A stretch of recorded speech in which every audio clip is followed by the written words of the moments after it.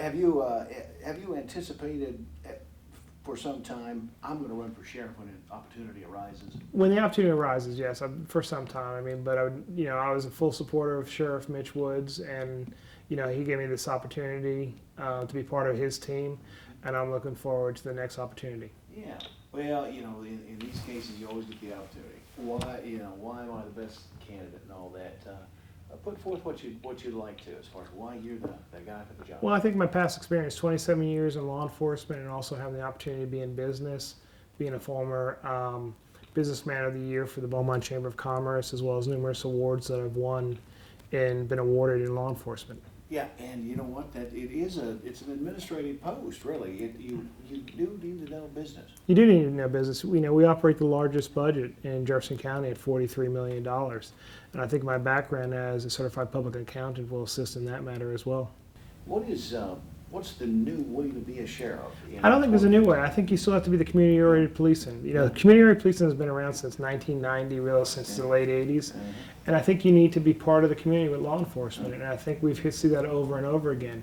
We need to participate in our community. We need to have our community participate with us. Yeah.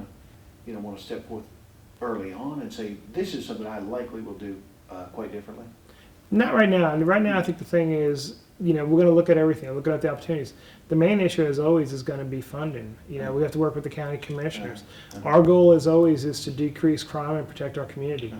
I've been part of this community for over 2 decades. I raised my family here in Jefferson County. I'm looking forward to the opportunity of gaining the confidence of the citizens of Jefferson County. A lot of people here know me through my volunteer work and my activity throughout the county. Yeah. And that's my goal, is just continue to be part of this community. You started in law enforcement 27 years ago. Of course you want to be the head of the organization. And you got 27 years you've been wanting this? No, 27 years ago, just like with anyone that starts a job, you want to move upward to, and head the organization. I think that's just part of life. And the question is, what do you do to get to that point? Was there a promotion somewhere where it became pivotal for you, where, here's an opportunity to be in leadership of the department as opposed to? Well, the thing is, I think the whole situation there is, what have I done to prepare myself, through my educational background, through my community activity that I've been able to do.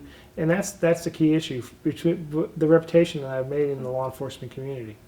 The force is substantial enough to cover what it needs to cover right now, and in your view?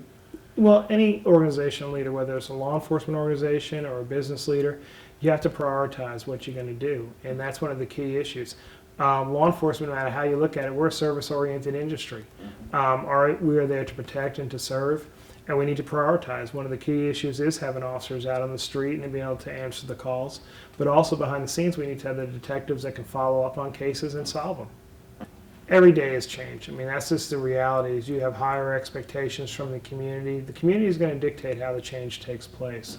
Our goal is to take care of the community. Their expectations, we have to get feedback from them on what they want. We have to work together, and I think most recently it shows is the community. We are one community. Whether we are one city, one state, or one nation, we have to work together.